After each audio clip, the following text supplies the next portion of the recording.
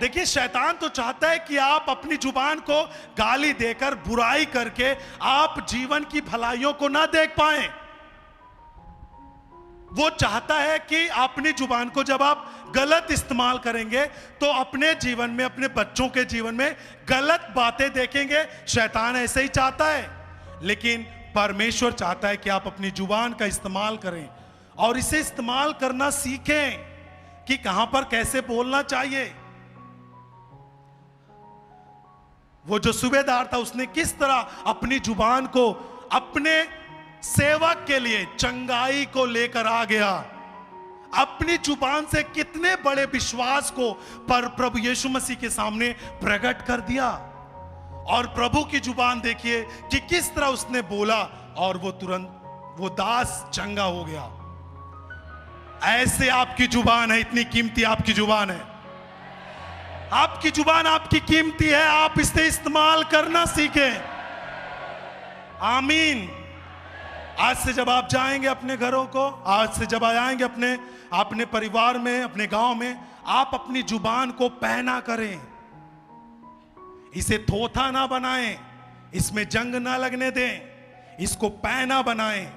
क्योंकि जब आप इसे पैना करके इस्तेमाल करेंगे, जो चीजें आपके लिए अब तक कठिन थी, यदि आप इसे पैना करके अब से काम करना शुरू करेंगे, हर चीज आपके लिए सरल होगी और वो काम जो देर होता था वो तुरंत होने वाली यीशु मसीह के नाम में।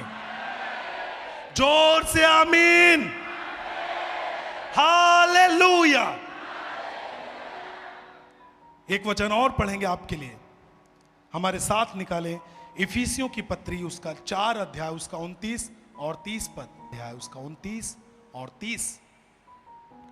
सो यहां पर लिखा है, सब जन सुने, कोई गंदी बात तुम्हारे मुख से ना निकले, कोई गंदी बात तुम्हारे मुंह से ना निकले, पर आवश्यकता के अनुसार वही जो उन्नति के लिए उत्तम यानी अच्छा हो, ताकि सुनने वालों पर, ताकि उससे जो आपका वचन आपकी जुबान से निकलता है, सुनने वालों पर अनुग्रह हो सके। सब जन बोलिए आमीन। 30 पद पढ़ेंगे, क्योंकि जब आप गंदी बात अपने मुख से निकालते हैं तो यहां पर लिखा है, और परमेश्वर की आत्मा को यानी पवित्र आत्मा को जिसे आपने पाया है, उसे शोकित मत करें, जिससे तुम पर छुटकारे के दिन के लिए छाप दी गई है। सब जन बोले आमीन, आमीन। आपकी जुबान से कोई भी गंदी बात ना निकले। अच्छा, एक साधारण सी बात मैं आपसे पूछता हूं, कितने लोगों को मालूम है गंदी बात क्या है? गंदी बात जुबान से जब कोई बोलता है या फिर आप पहले ही खुद बोलते थे, कितने लोगों को मालूम है गंदी बात क्या है? हाथ उठा के बताएं। ठीक है, मालूम है। जब आपको मालूम है ये गंदी बात है, तो आप उसको अपनी जुबान से क्यों बोलते हैं?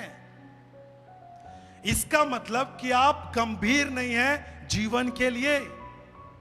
और जो व्यक्ति जिस वस्तु के लिए गंभीर नहीं है, वो अपने जीवन में कभी भी उसका प्रभाव नहीं पा सकता।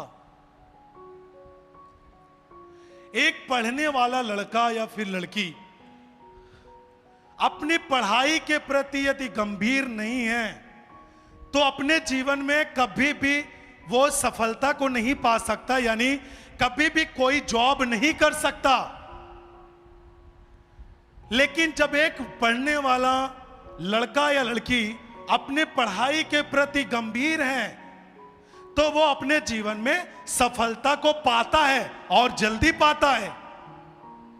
वैसे ही जीवन का हर क्षण जो आपके दिनचर्या में आता है, हर जीवन का वो हर क्षण जो आपके दिनचर्या में आता है, उसके प्रति आप गंभीर रहें। जो गंभीर रहता है वही उसका प्रतिफल पाता है।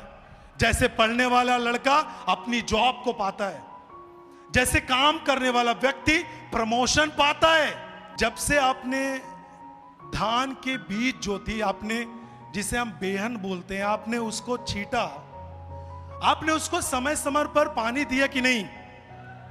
ध्यान से सुने, समय समय पर आपने पानी दिया? उसको प्रतिदिन आप देखने जाते थे कि नहीं? यदि एक दिन आप देखने नहीं जाते तो आपको लगता है कि चलो देर हो गई, आज दिन में शाम को ही जाते, एक चक्कर लगा के आते, क्योंकि उसमें कोई जानवर आके उसको खा गया होगा तो दिक्कत होगी। सही है कि नहीं? और आप अक्सर करके फिर अपनी खेती को, जो आपकी धान की खेती समय होना है, उस पर गंभीर रहते हैं, और जो गंभीर है वही अच्छी खेती कर सकता है। वैसे ही जैसे धान की खेती करने के प्रति आप गंभीर हैं, क्योंकि आपको मालूम है यदि इसकी खेती मैं गंभीरता से नहीं करूंगा तो मेरे पास खाने के लिए अनाज नहीं होगा। उससे ज्यादा आपको अपनी जुबान के प्रति गंभीर होना है, क्योंकि जो भी इसका इस्तेमाल करना नहीं जानता, आपकी धान तो आपके पास होगा लेकिन आपका शरीर खाने की योग्य नहीं रहेगा। खेती के लिए आप गंभीर हैं, बहुत अच्छा है। पढ़ाई के लिए आप गंभीर हैं, बहुत अच्छा है।